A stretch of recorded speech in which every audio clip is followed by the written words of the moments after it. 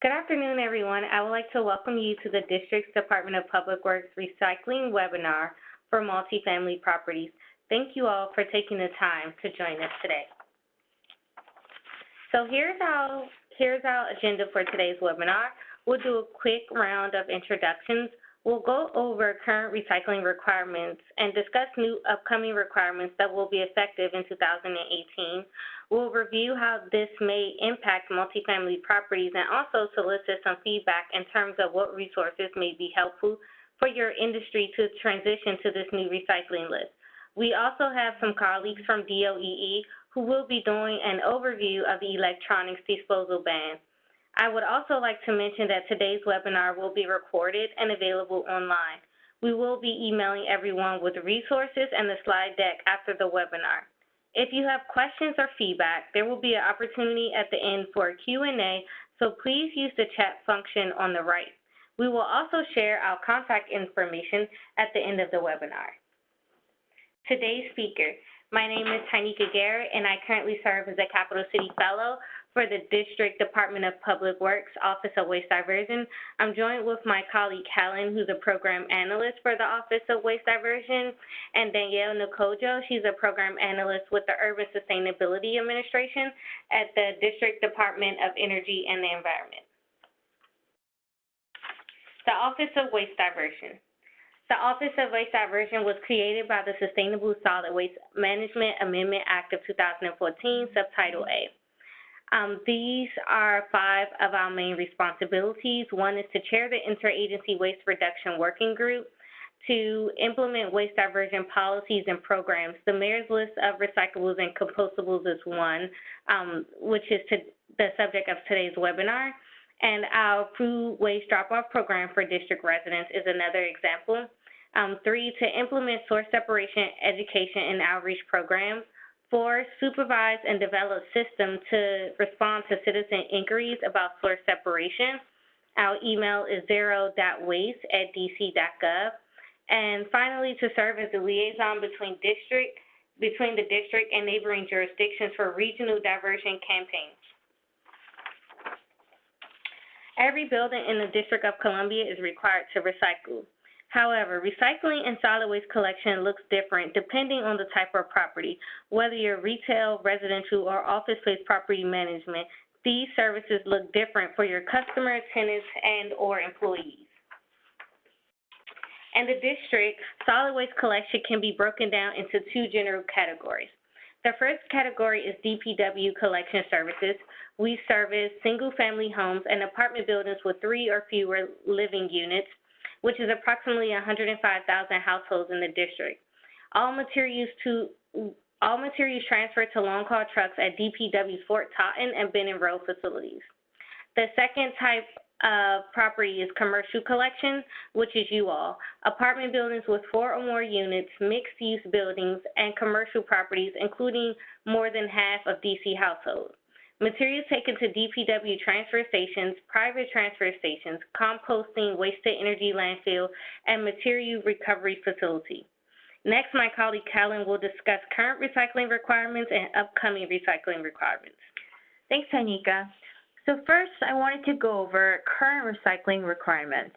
There are 3 basics, whereas a private collection property, you must provide adequate waste collection services, which includes supplying accessible recycling containers so that your tenants and staff can recycle at the multifamily units. So you can think about places where waste is generating, including trash and recycling rooms, lounge areas, your offices, or any retail spaces if you have them. Current recycling rules state that you should also communicate information annually, including how and what to recycle, as well as posting signs and containers showing what to place in the recycling bins. Also, as a commercial property owner, currently it is required to separate paper, paperboard, cardboard, metal, and plastics that are narrow-necked plastic bottles. The new requirement that will be effective in January 1, 2018 is a change in what is required to be recycled in the district, which we'll go over. So this past December, the mayor's list of recyclables and compostables was published, where for the first time in the district, it provides a single comprehensive list of recyclables. So in a lot of cases now, what you can recycle depends on where you're located. What you can recycle at work and home or your business and schools can be different where you go. Now there will be one defined list of recyclables that all district properties will be required to follow. This will go into effect January 1, 2018, and until then, existing requirements will remain in effect in terms of what's considered recyclable. If you'd like to make the switch early on, that's okay too. We wanted to provide ample time for our stakeholders to know this new list and transition. This list was created by survey of the recycling facilities in the region, where we asked them which materials they would accept but do not want, or reject. We asked for over 70 different product types. What was added on this list was ones that the majority of the recycling facilities accepted, and what was removed were those that the recycling facilities did not want. So diving into this list, what is now recyclable starting in 2018 are materials like paper and plastic food service items. This includes pizza boxes, paper coffee cups, paper and plastic plates, bowls, and clamshells. These materials should be clean and empty, but if pizza boxes, for example, have a little bit of oil in them, that's okay to recycle. Now, if it's drenched in sauce and cheese, we ask that it goes to the trash or compost bin if you have a compost system. Other materials that are now recyclable for the commercial sector are rigid bulky plastics, such as milk crates, large plastic tubs and containers like for coffee or deli products, milk, juice, and soup cartons, as well as aluminum foil and pie pans and different types of books, so paperback books, telephone books, and hardback books. What is now removed from what is considered to be recyclable is plastic bags, film, and wraps. For single-stream curbside, we're actually asking our residents to put their recyclables in paper bags, but loose is most preferred. These bags and wraps can often be recycled at grocery stores and retailers in the district, such as Trader Joe's, Giant, Safeway, Target, etc. Now, for commercial properties, we are allowing larger bags or liners for commercial operational purposes. However, please keep in mind that a lot of recycling facilities often reject the entire bag of recyclables because the bags create an operational and safety hazard as seen on the bottom right picture. The bags of bags are what we really want to avoid, but larger liners, again, are accepted to move materials to your dumpster or compactors outside for commercial operational purposes. So how does this impact multifamily properties? It may require that you will need to communicate with your tenants on recycling requirements. It may require for you to post new signs or train staff, and perhaps check with your hauler, your recycling hauler or collector, to ensure compliance on the contract. And some resources that are currently available now, if you go to our website, and we will be sharing these slides today, and again, the webinar will be recorded, but if you go to our website, you will find our frequently answered questions, asked questions, a fact sheet that goes over the requirements, and on the back it has a nice sign that shows you all the different types of materials that are now required to be recycled starting 2018, and as well as other food residue studies if anyone's interested in kind of the technical aspects of this list. Another resource that is also available now is something called the Food Waste Drop-Off Program. So we launched this program this April, and it is a free composting service for district residents. Any district resident can go to one of the 8 farmers market locations where they can drop off food scraps for free, and it will be composted locally here in the district. So please feel free to share that information to your tenants if anyone's interested in composting. Again, there is one location in each ward. Another helpful resource that you might find helpful is that there is now a new grant called the Compactor Grant Program. It is a $1 million grant where eligible DC business owners, including multifamily properties, may use this grant to purchase or lease compactors to collect and compact bulk trash and other waste, including recyclables. So eligible businesses can get up to $13,500 for the purchase of an eligible compactor, or up to $9,000 for the lease of an eligible compactor. The applications will be accepted on a rolling basis beginning June 30, 2017.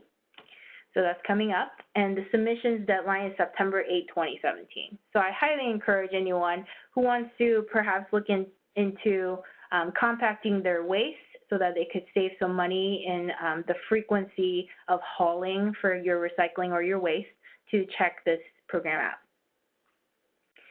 So the other tools and resources that our office is considering to develop, we have already, again, developed that fact sheet, which we will email all of you. But we are also looking into developing some signs, 8.5 by 11 or 11 by 17, just large posters that you can easily print and post near your bins, your recycling or trash bins, on what goes inside. We're also considering developing decals for dumpsters, as you can see on the right there, of what materials go into each bin. So it's helpful for the staff who may be transporting some materials outside. We're also looking into revamping our commercial recycling guide, so explaining how to create a successful recycling program in your unit. And we will be creating other fact sheets, and another exciting tool that we are looking to develop is a capacity calculator, so that multifamily, any condo or apartment unit can punch in how many tenants that they may have, and it could tell you how many volumes of dumpster space you need to collect your recycling and trash. So we're looking into developing these tools and resources to help everyone successfully transition to the new recycling list. So at this point, I do want to solicit some feedback in terms of what people need in terms of creating a successful recycling program and what tools and resources that they might need. I'm going to be unmuting everyone. If anyone also has questions they would like to jump in and ask, we will also have time at the end, but please feel free to ask now.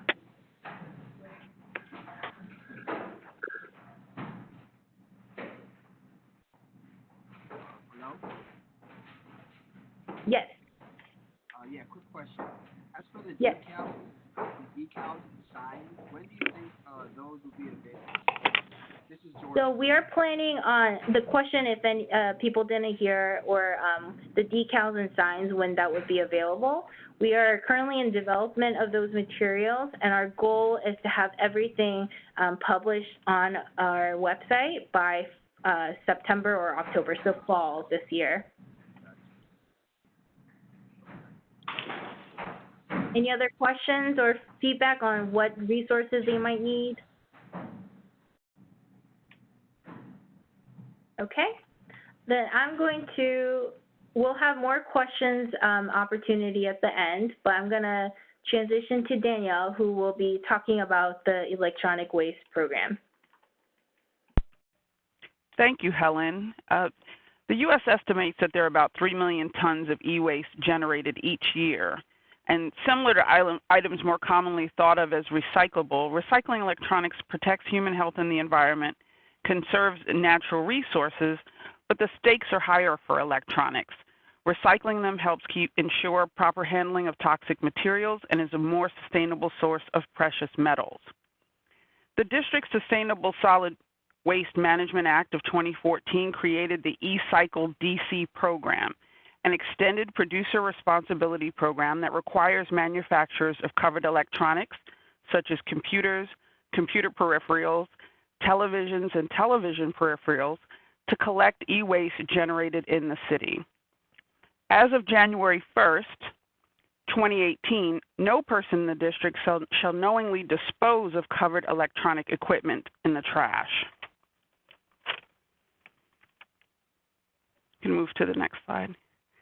As property managers and owners or tenants of multifamily properties, we're asking you to inform your tenants of the requirement. We've developed a flyer that'll be emailed after today's webinar, and it includes information on the disposal ban and options for recycling electronics. As property management or managers, your responsibility is to address items that may be abandoned or by tenants or left in common areas. Those items need to be properly recycled. You'll need to work with a certified electronics recycler in order to make sure that they're handled properly. For a list of recycling options and more details on covered electronic equipment, you can visit our website at doee.dc.gov/ecycle, or you can contact Stefan Roja directly at productstewardship@dc.gov. Do you have any questions?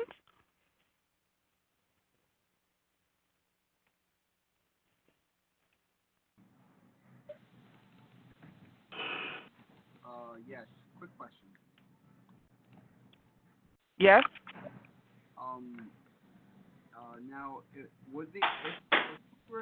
we were to so happen just to, by mistake, throw away a trash can, after the date that this e-cycle would be, is there some sort of fine that we will get from the state or the government? So yes, there are enforcement provisions that are being finalized now for putting covered electronic equipment in the trash. There is a detailed list on our website of what equipment is covered, but principally there are larger items such as computers and computer peripherals and larger televisions. Okay. All right. Thank you. You're welcome. Hi, I have a question. Can you hear me? Yes. Okay. So those big items, we have to go to Fort Totten in order to recycle them properly. Or yes, Fort Totten Fort Totten is one of many disposal options. Yes. And for anything like light bulbs or batteries, we can go to Home Depot or Lowe's or any hardware store. So yes, those are, you're talking about hazardous waste. So there is a hazardous waste collection that occurs at Fort Totten as well. On DPW's website, we'll have the schedule of hazardous waste drop-off dates and times. Okay. But there are some there are some retailers that take back things like items like light bulbs and batteries. Is your organization or agency is going to create some drop-off containers in each ward, or like, for example, you can see that there are like some bins where you can drop off clothes, or you have at one you said that there is Sure. compost in each ward. Do you think that your agency could also do a bin or a container in each of the wards for drop-off, or a few in a ward? Because I'm in Ward 1, and Ward 1 is really a big ward. Would this be possible? Have you thought about it? We certainly considered it. The way the law was written, however, is this puts the responsibility on the manufacturers and gave the manufacturers the options to either do periodic large-scale collections or to provide options. So for every manufacturer that sells items in the district, they have to provide some sort of take-back or collection program for their items. And so on the list on our website will tell you about each manufacturer's collection program. But right now we're not doing large drop-off sites in ward to ward or throughout the city. Oh, okay. All right. Because I'm thinking, light bulbs, or because I've seen people throwing them away instead of going to a hardware store. And sometimes when you see that there is a container, for the residents, it makes their life a little bit easier. But okay, great. Thank you so much. So you certainly, as property owners or managers, can institute those programs in your buildings. But that's just not something that the city's managing at this time directly. Thank you so much. You're welcome. Great. Are there any other questions? I'm actually going to review again really quickly in terms of the timeline of all of these requirements. So last December 2016, we published this mayor's list and the recycling list, and we notified all the recycling facilities as well as the recycling haulers and the solid waste collectors in the district, and notified trade associations. In the spring, where we are now, we are currently notifying all the district businesses and doing stakeholder engagement. And we are conducting education and outreach across the board and developing tools and resources. Again, as I mentioned earlier, we will be publishing these tools and resources to help all transition to the mayor's list in the fall. And we will be doing another round of webinars and meetings to get people on board. And in January 1, 2018, that is when everything goes into effect. So the e-cycle DC ban will be going into effect January 1, 2018, as well as the mayor's list.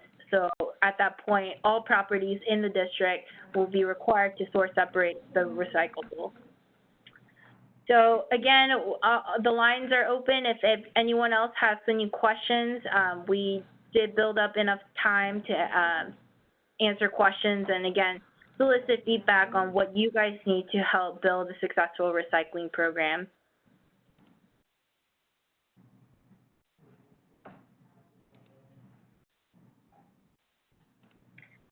All right, well, if there are no further questions, again, this webinar was recorded, so we will be following up with everyone over email. Thank you all for participating in today's webinar. I hope everyone has a great day. Thank you. Thank you very much.